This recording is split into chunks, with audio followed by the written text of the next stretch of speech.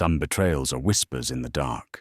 Others arrive with the roar of a 4.0-litre twin-turbo V8 engine. For Amelia Davenport, it arrived on a crisp piece of paper from the Department of Motor Vehicles. Her husband, Richard, a man who built an empire on calculated risks, had just made his last and most foolish gamble. He gifted his mistress a brand-new Porsche Taycan, a machine of exquisite speed and beauty. But in a move of breathtaking arrogance, he put the title in his wife's name. He thought it was a clever financial maneuver. He thought she would never find out. He never imagined that his quiet, unassuming wife would do the one thing he couldn't control, report it stolen. The Davenport residence, in the manicured hills of North Caldwell, New Jersey, was less a home and more a monument to success. Its limestone facade gleamed in the afternoon sun, a silent testament to Richard Davenport's formidable career in commercial real estate. Every window was perfectly dressed, every hedge sculpted to geometric perfection. It was a life of impeccable order, curated and managed with quiet efficiency by his wife of 15 years, Amelia. To the outside world, they were the perfect couple. Richard, with his tailored Brioni suits and shark-like smile, was the charismatic force of nature who could command a boardroom with a single glance. Amelia, elegant and poised, was the perfect hostess, the devoted mother to their 2 children, and the silent partner who ensured the machinery of their lives ran without a single squeak. She organized the charity galas, managed the household accounts, and remembered the birthdays of Richard's most important clients. She had long ago traded her own promising career in forensic accounting for the full-time job of being Mrs. Davenport. It was a trade Richard had encouraged, praising her intelligence while simultaneously steering her away from any position that might rival his own.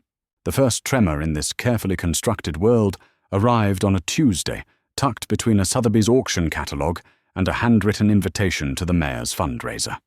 It was a standard, nondescript envelope from the New Jersey DMV.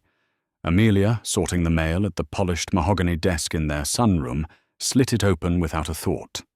Inside was a vehicle registration certificate. The name was hers, Amelia Davenport. The address was correct, but the vehicle described was not her reliable Range Rover or the vintage Mercedes convertible Richard kept for sunny weekends. It was a 2025 Porsche Taycan Turbo S.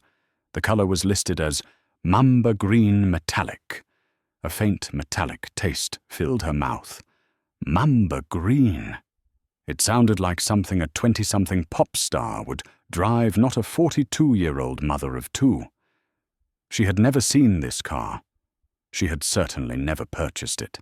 The listed price on an accompanying insurance declaration made her breath catch over $200,000. That evening, as Richard loosened his tie and poured himself a glass of Macallan 25, she approached him, the papers held delicately between her fingers. "Richard, darling," she began, her voice even and calm.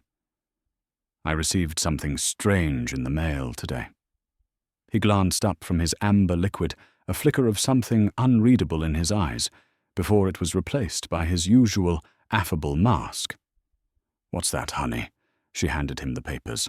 He scanned them, his expression barely changing. He let out a low chuckle, a sound designed to be dismissive and reassuring. "Ah, that. It's just some paperwork nonsense," he said, waving a dismissive hand. "My accountant, Peterson, set up a new holding company for some vehicle assets to minimize tax liability. He probably put one of the corporate cars under your name for tax structuring. It's boring stuff. Don't worry your pretty head about it." He swirled the scotch, the picture of a man unconcerned. "A green Porsche, god, no. I think it's a black Panamera for one of the executives. They must have just ticked the wrong box at the DMV. You know how incompetent those government clerks are. I'll have Peterson sort it out tomorrow." Amelia looked at her husband. She had studied his face for 15 years. She knew the subtle shift in his jaw when he was closing a difficult deal, the slight crinkle at the edge of his eyes when he was genuinely amused, and the almost imperceptible tightening of his lips when he was lying. His lips were a flat, hard line. "I see," she said softly, taking the papers back. "It just seemed so specific." "It's nothing, Amy," he said, his voice softening as he used his pet name for her, a tool he often deployed to end a conversation. "Just a clerical error." She retreated to her office, the sunroom now feeling less like a sanctuary and more like a pristine, sterile cage. A clerical error. For 15 years she had managed their complex finances. She knew their accountant, Robert Peterson, was meticulously thorough. He didn't make clerical errors of this magnitude. And Richard, a man who could recall the square footage and zoning restrictions of a property he'd glanced at 5 years ago, would never be so vague about a $200,000 asset. The lie was not clumsy, it was arrogant. He hadn't bothered to craft a believable story because he didn't think he needed to. He believed she was no longer the sharp, inquisitive woman he had married, the one who could spot a fraudulent entry in a ledger from 10 paces away. He saw her only as a beautiful fixture in the monument he had built. That night, as Richard slept soundly beside her, his breathing deep and even, Amelia lay awake, staring into the darkness. The image of a mamba green Porsche burned behind her eyelids. It wasn't just a car. It was a secret. And for the first time in a long, long time, the forensic accountant inside her stirred from her slumber. She wasn't worried, as Richard had told her not to be. She was curious. And her curiosity was a cold, quiet thing, as sharp and as patient as a scalpel. She would find the truth. She would follow the paper trail, and she would do it with the same meticulous precision she once applied to corporate balance sheets, because she had a sickening feeling that the biggest fraud she would ever uncover was her own life. The next morning, Amelia woke with a chilling sense of purpose. While Richard went through his morning routine, a workout with his personal trainer, a protein shake, a quick scan of the Wall Street Journal, she made coffee and packed the children's lunches, playing the part of the dutiful wife with practiced ease. But behind her serene smile, her mind was already at work mapping out her investigation. Her first stop was the source of all modern secrets, the family's finances. Richard had given her access to all their accounts years ago, not as a sign of trust, but as an act of delegation. He couldn't be bothered with the mundanity of paying bills or tracking expenditures. He hadn't logged into the main bank portal himself in at least 5 years, confident that Amelia would handle it. It was another of his grand miscalculations.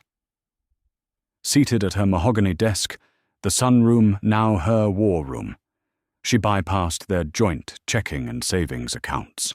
A purchase like that wouldn't be so obvious. She delved into Richard's business credit card statements, the ones he used for client entertainment.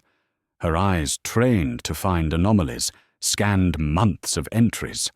There were the usual $500 dinners at Del Frisco's, the charges from private golf clubs, the recurring payments to a high-end car service. And then she found it. 3 months ago, a series of charges at a restaurant she'd never heard of, La Sirena, a trendy, intimate Italian place in Soho. Not Richard's usual steakhouse haunt. The charges were frequent almost weekly, and always for 2. Then a charge from a boutique jewelry store on Madison Avenue, Belgari, for a sum that made her stomach clench, $32,000. It wasn't for an anniversary or her birthday. The final piece, the one that connected it all, was a wire transfer from one of Richard's subsidiary real estate accounts, one he probably thought she didn't monitor. $210,450 paid to Princeton Porsche. The date was exactly 1 week before the registration had been issued in her name. The lie about the accountant and the corporate car wasn't just a lie. It was an insult to her intelligence. He had used marital funds channeled through his business to buy a luxury car and expensive jewelry, and he had put the car in her name. Why the old accountant in her supplied the answer instantly. If he put it in his own name, it would be an obvious marital asset in any potential divorce. If he put it in his mistress's name and the purchase was ever discovered, it could be legally clawed back as a fraudulent transfer of marital property. Putting it in Amelia's name was the height of cynical genius. It kept the asset technically within the marriage, avoiding any suggestion of hiding funds. He could claim it was a gift for her, a surprise, perhaps, that he simply let a friend borrow. He had created a perfect legal shield, assuming his wife was too complacent to ever question it. The betrayal was no longer a suspicion. It was a spreadsheet of damning facts. But facts were not enough. She needed to see it. She needed to see the woman. She remembered an old colleague from her accounting firm who had left to start a private investigation agency.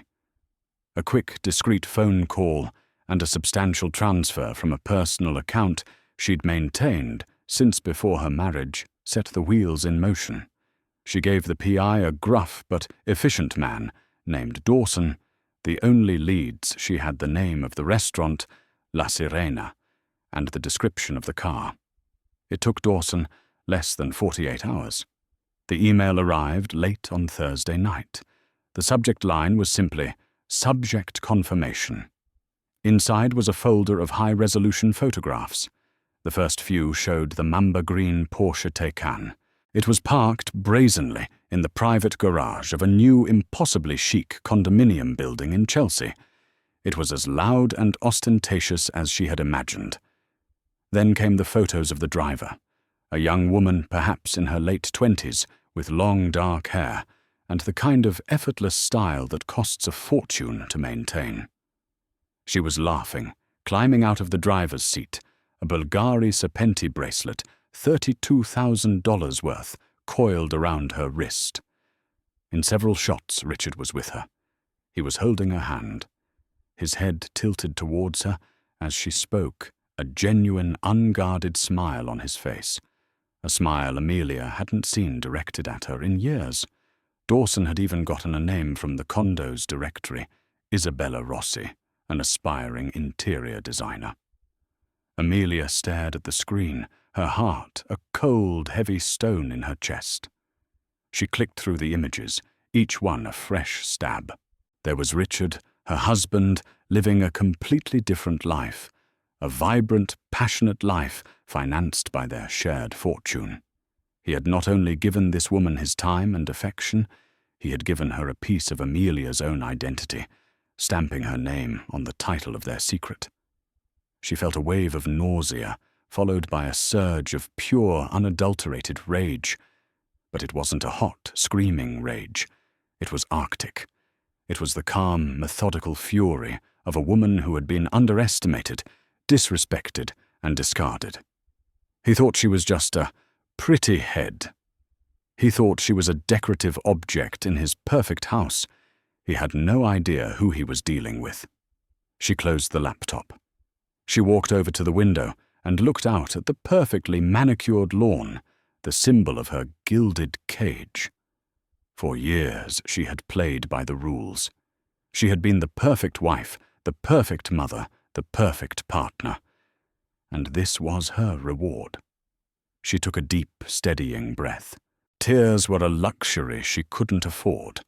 Emotion was a liability. What she needed now was a strategy. Richard understood business risk and leverage. She would speak to him in the only language he truly respected. The car was the key. It was his grand, arrogant mistake. He had put a weapon in her hand and wrapped it in a title certificate with her name on it. She picked up her phone, her fingers steady. She didn't call Richard. She didn't call a divorce lawyer. Not yet. She scrolled through her contacts and dialed a number she hadn't called in a long time. 911. What is your emergency? The operator's voice was clipped. Professional. Amelia's voice when she spoke was the epitome of calm distress. Hello, she said, her tone perfectly modulated. I would like to report a grand theft auto. My car, my Porsche Taycan, has been stolen. Isabella Rossi felt on top of the world. She glided the mamba green Taycan through the streets of Greenwich Village, the electric hum of the engine, a subtle symphony of power beneath her. The car was more than a vehicle. It was a trophy. It was tangible proof that she had won. Richard had told her the car was in his wife's name for complex tax reasons, a story she readily accepted, because questioning it would mean questioning the fantasy he had so carefully constructed for her. He was getting a divorce, he'd said. It was just a matter of time. Amelia was fragile, and he had to handle it delicately. Tonight she was meeting two of her girlfriends for dinner at Carbone. Pulling up to the valet was a moment she savoured. The way heads turned, the way the valet's eyes widened at the sight of the other worldly green machine. This car announced her arrival, not just at the restaurant, but in a new echelon of society.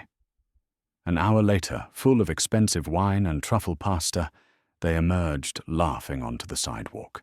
As the valet pulled the Porsche around its vibrant colour, glowing under the streetlights, Isabella felt a familiar surge of pride. But as she reached for the door handle, the night was split by the jarring high-low wail of a siren.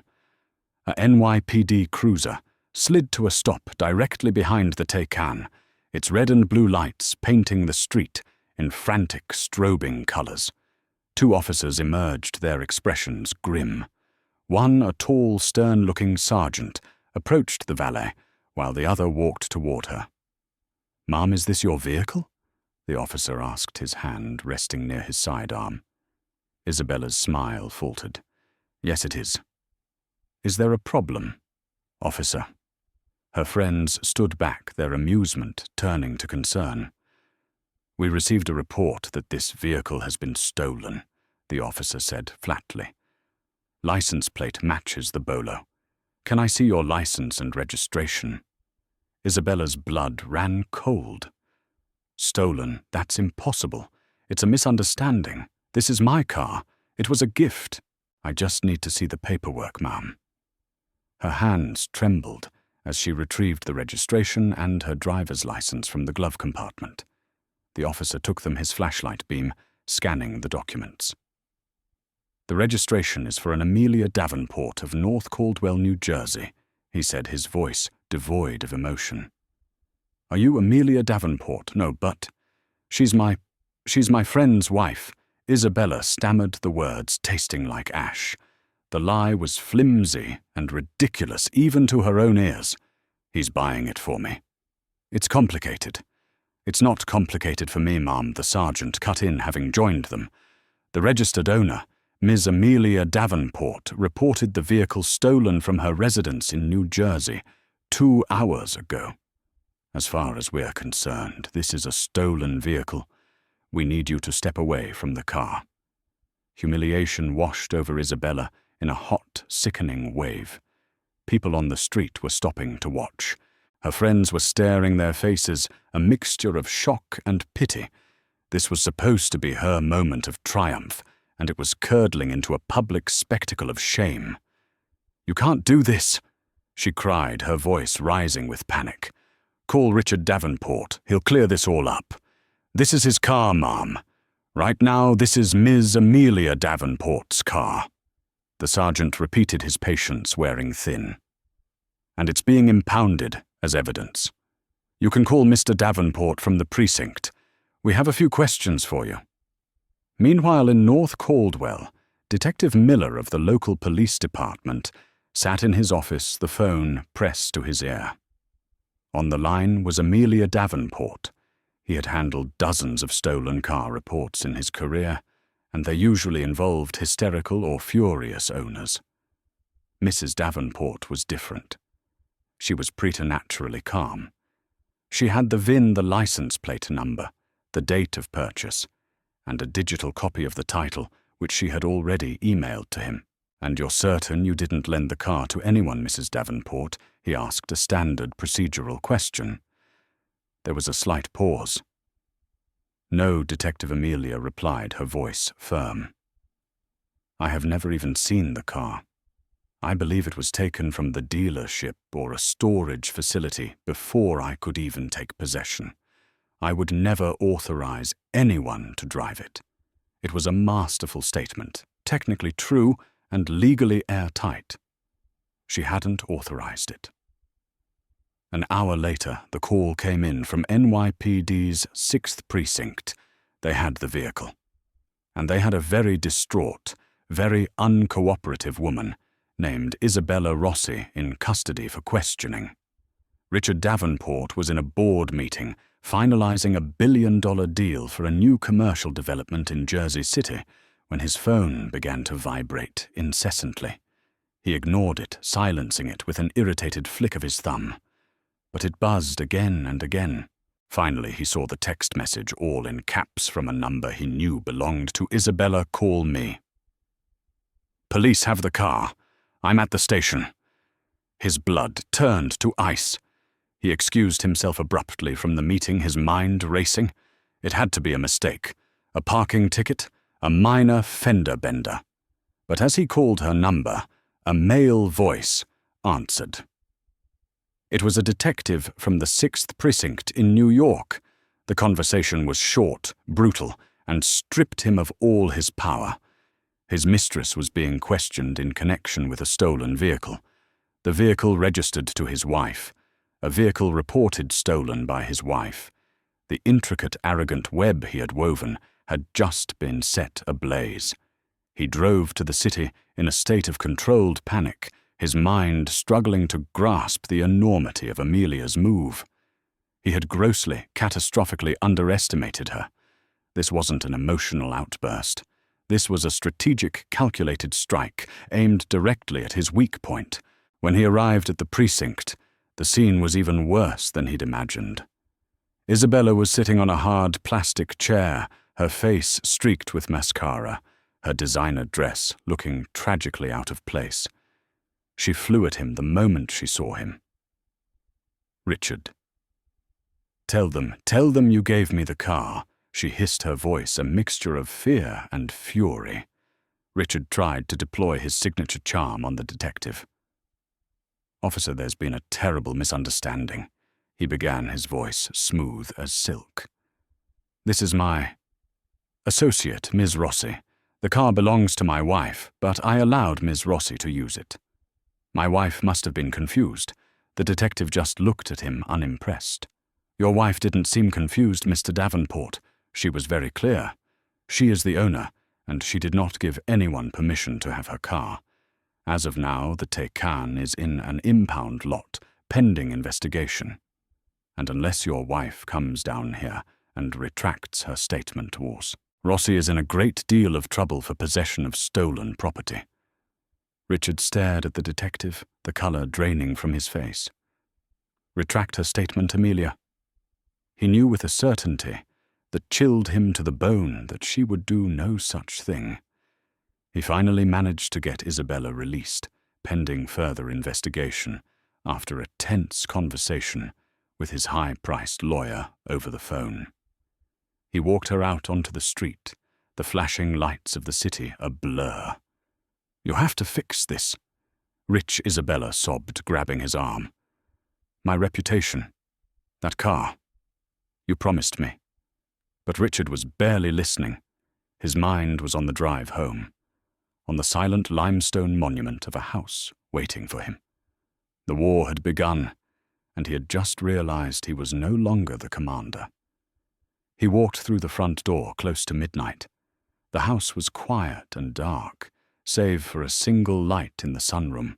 Amelia was sitting at her desk, not with tears in her eyes, but with a cool, unreadable expression. In front of her, spread out like battle plans, was a thin folder. "Hello, Richard," she said, her voice as calm and as cold as a winter morning. I think it's time we discussed our assets. The sunroom, once a symbol of domestic tranquility, had become a boardroom for the dissolution of a marriage. The air was thick with a tension that the expensive air purifiers couldn't touch. Amelia didn't raise her voice. She didn't need to. Her quiet composure was more unnerving than any tirade. "The car is a marital asset, Richard," she stated, her voice level. "Purchased with funds from a joint marital account, laundered through one of your business subsidiaries. A clumsy attempt to disguise it, by the way. You should have used a shell corp registered in Delaware. The LLC in New Jersey is too easily traced back to us." Richard stared at her flabbergasted. This wasn't the wife he knew. This was a ruthless auditor, dissecting his life's work with surgical precision. "You reported it stolen. Amelia. You could have sent Isabella to jail. You could have created a massive scandal." He sputtered, trying to seize the moral high ground where there was none. "You created the scandal, Richard," she corrected him calmly. "You committed adultery. You misappropriated over $200,000 of our money. You committed a form of fraud by placing the title in my name under false pretenses to shield it. I simply protected my asset, an asset, I might add, that is legally mine." The police agreed. She gestured to the folder. "I've taken the liberty of compiling all the relevant documents, the bank statements, the wire transfer confirmation, a copy of the title, and the police report. I believe the term for this is leverage." The following days descended into a maelstrom of legal warfare. Richard, accustomed to solving problems by throwing money and powerful lawyers at them, found himself completely stonewalled. He hired a notoriously aggressive divorce attorney, Arthur Kane, a man known for crushing opponents into submission. Kane's first move was a threatening letter accusing Amelia of filing a false police report and malicious prosecution. He demanded she immediately withdraw the report and release the car or face civil and criminal charges. Amelia simply forwarded the letter to her own counsel. She hadn't hired a flashy downtown firm. She had called Genevieve Jen Harding, an old friend from her university days, who now ran a boutique family law practice. Jen was brilliant, incisive, and had a reputation for being underestimated, much like Amelia herself. Jen's response was a masterclass in legal evisceration. Mr. Kane, her letter read, "Your client seems to be operating under a number of grave misapprehensions. Ms. Davenport is the legal titled owner of the vehicle in question. She did not authorize its use by your client's paramour, Ms. Rossi. Therefore, her report to the police was factually accurate and filed in good faith. If your client wishes to argue in a court of law that he purchased said vehicle with marital funds for his mistress and deliberately titled it in his wife's name to defraud her in a potential divorce settlement, we welcome him to make that deposition under oath. I'm sure the district attorney's office and the IRS would be fascinated to hear such a confession." The letter ended by stating that any further attempts to intimidate their client would be met with a motion for sanctions and a restraining order. Arthur Kane was silent for a week. Meanwhile, Richard's two-front war was becoming increasingly costly. On one side, he had Amelia, an immovable object armed with unassailable facts. On the other, he had Isabella, a volatile force of chaos. Stripped of her prized Porsche and publicly humiliated, Isabella was not going away quietly. Her tearful, panicked calls to Richard soon turned into angry, demanding ones. She wanted a replacement car. She wanted money for her emotional distress. She wanted him to punish Amelia. "She can't do this to us, Rich." She'd wail over the phone. "You're Richard Davenport. You have to fix it." But Richard couldn't fix it. The car was locked in a police impound lot, a $200,000 piece of evidence. Getting it released required Amelia's signature, something Jen Harding had made clear would only happen as part of a final, comprehensive settlement agreement. Desperate, Richard tried to placate Isabella by wiring her $50,000 and leasing a new Mercedes for her. It was a temporary solution that only signaled his weakness. Isabella, realizing her position, began to escalate her demands.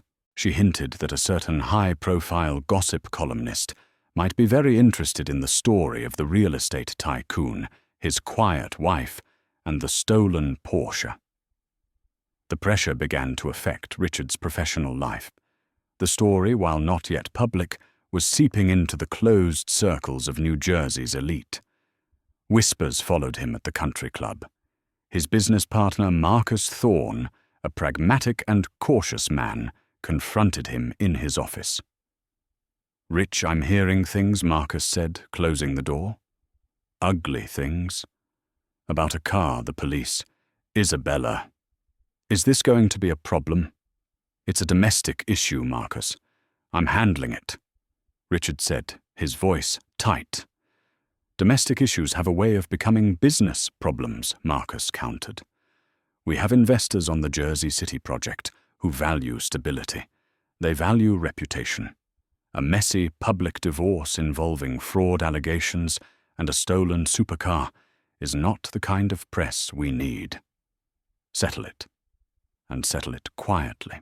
Richard felt the walls closing in. He was hemorrhaging money to lawyers and to Isabella. His business was under threat. His home life was a frozen tundra. He tried to appeal to Amelia, directly cornering her in the kitchen one evening. "Amy, please." He begged his arrogance, replaced by a raw desperation she'd never seen before. "Let's just stop this. Let the girl have the car. We can work out the rest. Think of the children." Amelia turned from the sink, her hands dripping water. She looked at him, not with hatred, but with a kind of detached pity. "I am thinking of the children, Richard," she said, her voice soft but unyielding. "I'm thinking of their future, a future that needs to be secured from a father who would gamble it away on a passing infatuation. You don't seem to understand. The car was never the point. It was the proof. This is a business negotiation now. And in this negotiation, I hold all the cards." She dried her hands and walked away, leaving him standing alone in the cavernous, silent kitchen. He had built an empire on seeing every angle, on anticipating every move his opponents would make. But he had never once looked across the dinner table and seen the brilliant, formidable adversary who had been sitting there all along. The final negotiation was held not in a contentious courtroom, but in the sterile, neutral territory of Jen Harding's conference room. The polished glass table reflected the strained faces of the participants. Richard sat flanked by his lawyer, Arthur Kane, looking diminished and exhausted. The usual aura of power that surrounded him had evaporated, replaced by the weary resignation of a defeated king. Amelia sat opposite them next to Jen. She was dressed in a simple but elegant navy blue dress. Her posture was perfect, her expression serene. She held a pen, but she did not fidget. She was the picture of control. Jen Harding laid out the settlement agreement on the table. It was not a proposal.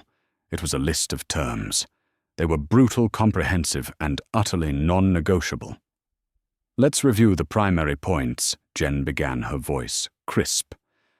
"Ms. Davenport will receive sole and exclusive ownership of the North Caldwell residence, free and clear of any encumbrance.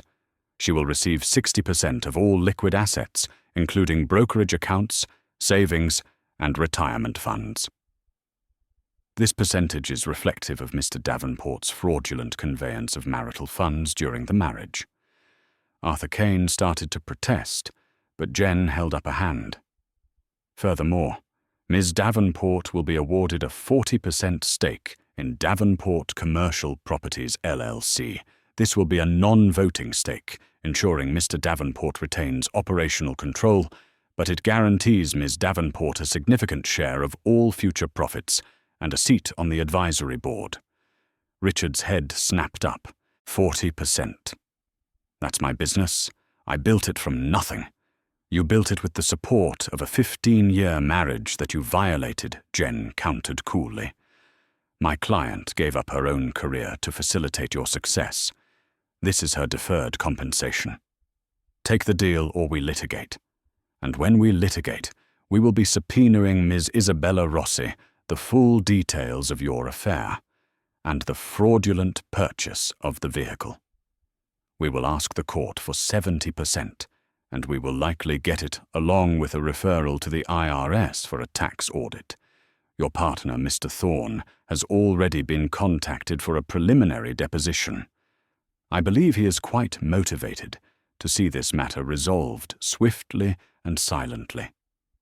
The mention of Marcus was a checkmate. Richard slumped in his chair, defeated. Kane whispered furiously in his ear, but they both knew they had no moves left. Finally, Jen said, sliding one last page across the table. The matter of the 2025 Porsche Taycan Turbo S, currently held in police impound. Richard looked at Amelia, a flicker of hope in his eyes. Maybe this was it. The one concession. He could give the car to Isabella and at least salvage something from that disastrous relationship. Ms. Davenport agrees to sign the release forms for the vehicle, Jen said. Richard visibly relaxed, and she will be taking possession of it immediately. Jen finished. The air went out of Richard's lungs. What is she going to do with a mamba green Porsche? Amelia spoke for the first time, her voice clear and steady, cutting through the legal jargon. That's my business, Richard. He signed the papers. His signature, usually a bold, confident slash, was the shaky scrawl of a broken man. The aftermath was swift and decisive. Richard moved out of the limestone monument and into a sterile luxury apartment downtown. His empire was still intact, but it was diminished, and he now had a silent partner to whom he was accountable, a partner who had once organized his dinner parties. Isabella Rossi, upon learning that Richard had not only failed to retrieve her car, but had signed it over to his wife, sent a barrage of furious texts and threats. Richard's lawyer responded with a final check for $100,000 and a cease and desist letter so ironclad that she was legally barred from even mentioning his name in public. She took the money and disappeared, her 15 minutes of fame ending in a quiet, bitter payout. A week later, a flatbed truck from Princeton Porsche arrived at the NYPD impound lot. They collected the Taycan, detailed it to gleaming perfection, and delivered it to the driveway of the North Caldwell house. Amelia walked out to look at it. It was beautiful, audacious, and dripping with the memory of betrayal. She ran a hand over the garish green paint. She had never wanted it. Owning it wasn't the victory. The victory came a month later. Amelia, using the capital from her settlement and the proceeds from the immediate sale of the Porsche back to the dealership, opened her own firm, Davenport Financial Forensics and Consulting. Her first major client was a women's advocacy group for whom she offered pro bono services, helping women in contentious divorces uncover hidden assets. Her new office was sleek and modern, with a view of the New York skyline. One afternoon, her first official dividend check from Davenport Commercial Properties arrived. It was for a substantial amount. She looked at the check signed with her ex-husband's shaky signature and then looked out the window at the city. She hadn't just survived. She hadn't just gotten revenge. She had reclaimed her life, not the one that had been built for her, but the one she should have been building for herself all along. The mamba green Porsche had been a symbol of Richard's betrayal, but in the end, Amelia had turned it into the vehicle of her own liberation. 6 months after the signing, the world had settled into a new, unfamiliar alignment. For Amelia, This new world was one of crisp autumn light flooding through the floor-to-ceiling windows of her office in Montclair. Davenport Financial Forensics and Consulting was no longer just a name on a letterhead. It was a burgeoning reality. Her reputation, honed by her pro bono work and amplified by Jen Harding's discreet referrals, was growing. She was gaining a name as the woman you hired when you needed to find the unfindable, the lawyer's secret weapon in contentious, high-net-worth divorces. Her days were filled with asset tracing, poring over encrypted ledgers, and quiet, powerful meetings where she armed other women with the facts they needed to reclaim their own lives. She had moved on. The Mamba green Porsche was a distant, almost comical memory. The limestone house in North Caldwell, now solely hers, felt less like a cage and more like a fortress, a home for her and the children whose lives she had carefully insulated from the worst of the fallout. She had believed the war was over. She had won the decisive battle, secured the territory, and signed the treaty. But she had forgotten a fundamental rule of war. A defeated empire does not simply vanish. It smolders. And its resentful emperor, even in exile, will always search for a way to poison the victor's land. For Richard Davenport, exile was a 3-bedroom apartment on the Gold Coast of the Hudson, with a spectacular view of the skyline he no longer felt he commanded. The apartment was luxurious, sterile, and punishingly quiet. His business, Davenport Commercial Properties, was stable. The 40% non-voting stake owned by his ex-wife was a constant, galling reminder of his defeat, a line item of humiliation on his quarterly reports. He had operational control, but he was shackled. Every major decision was scrutinized, every profit shared. He would stand at his window at night, a glass of scotch in his hand, a lesser vintage now, and look across the river. He would see the lights of the city, and all he could think of was Amelia's triumph. He'd seen the small feature on her firm in a local business journal. The article praised her meticulous approach and unwavering dedication to her clients. They called her a rising star. They were celebrating her for using the very skills he had encouraged her to abandon. The bitterness was a physical thing, an acid that churned in his gut. He had lost his wife, his home, a vast portion of his fortune, and worst of all, his status as an untouchable. The whispers at the club had died down, replaced by something worse, a careful, pitying politeness. He was no longer the shark. He was a cautionary tale. And it was this slow-burning rage that drove him to his next campaign. It couldn't be a frontal assault. Jen Harding's legal architecture was impregnable. So he began a quiet, insidious war of whispers. He wouldn't use lawyers. He would use his oldest and most reliable weapon, his network. His first target was a potential client for Amelia, a woman named Caroline Abbott, the wife of a hedge fund manager whom he knew through the club. Richard arranged a chance encounter with the husband, Michael Abbott, on the golf course. "Michael, good to see you," Richard said, his voice oozing practiced charm. "Heard Caroline is looking for some financial advice. Tough situation." Michael nodded grimly. "It's a mess, Rich. I heard she was talking to Amelia's new firm." Richard continued, shaking his head with faux sympathy. "Look, Amelia's brilliant. No one denies that.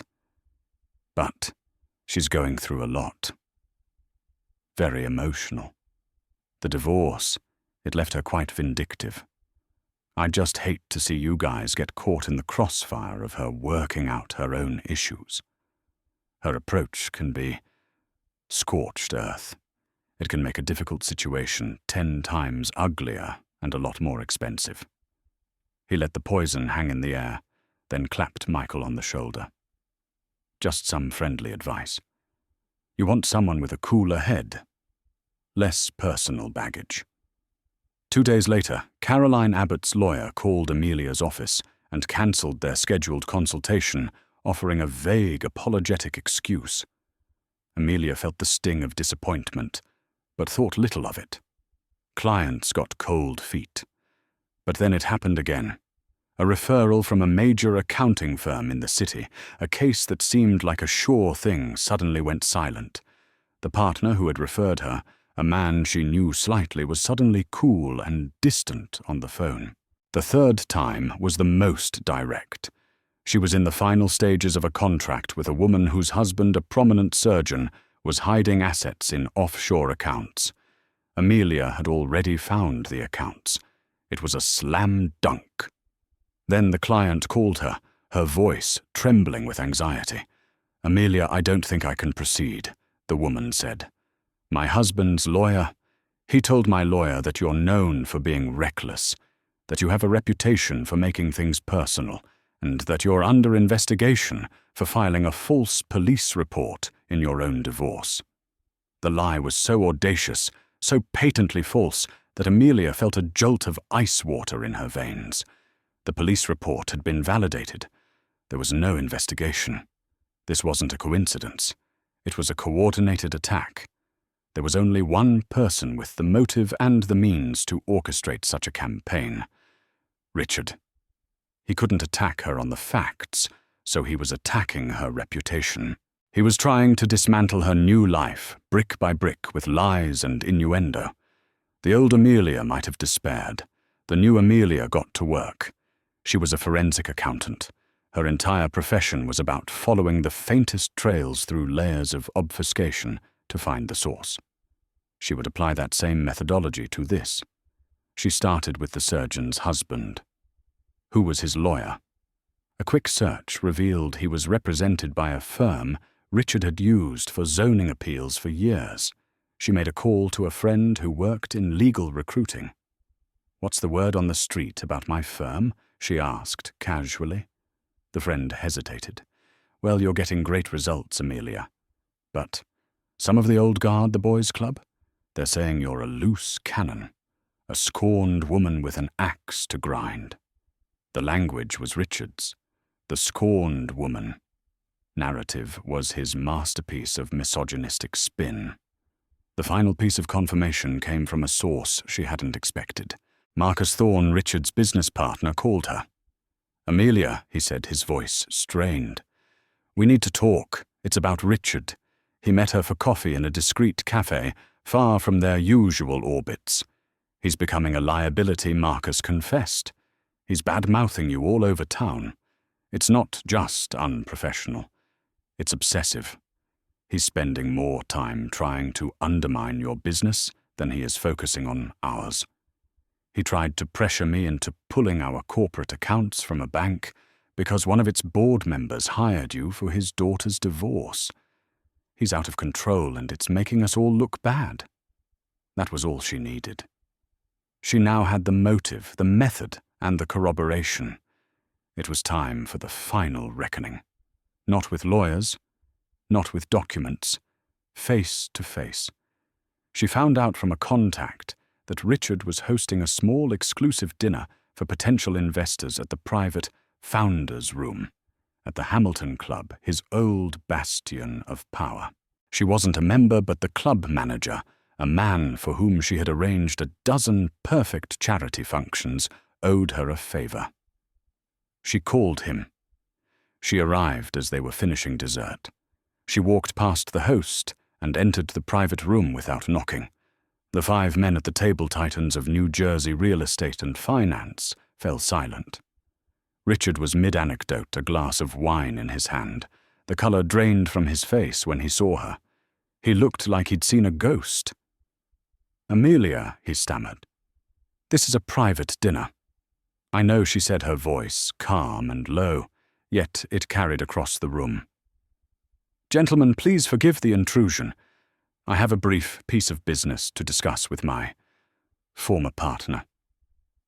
She walked directly to the table and stood behind the empty chair beside Richard. She looked directly at him, her eyes holding none of the old warmth, only the cold, hard brilliance of a diamond.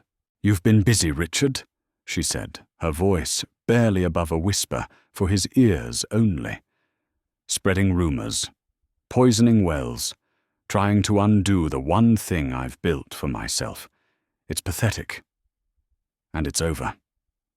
I don't know what you're talking about, he blustered, trying to maintain his composure in front of his guests.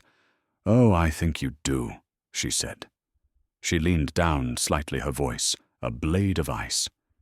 When I went through our finances, I focused on the marital assets. I was fair. I stuck to the terms of our life together. But I saw everything, Richard. I saw the accounts in the Caymans you set up before we were married. I saw the consulting fee you paid to a shell corporation owned by that councilman from Hoboken back in 2008 to get the waterfront zoning changed. A payment you never declared. A bribe, I believe, is the common term for it. Richard's face went slack. His skin turned a pasty ashen grey. This was the skeleton she had kept in the closet.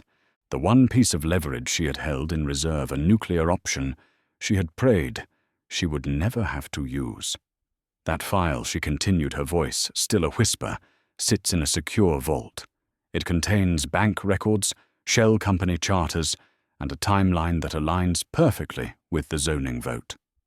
The statute of limitations on tax evasion is complex, but for felony bribery, it's much less forgiving.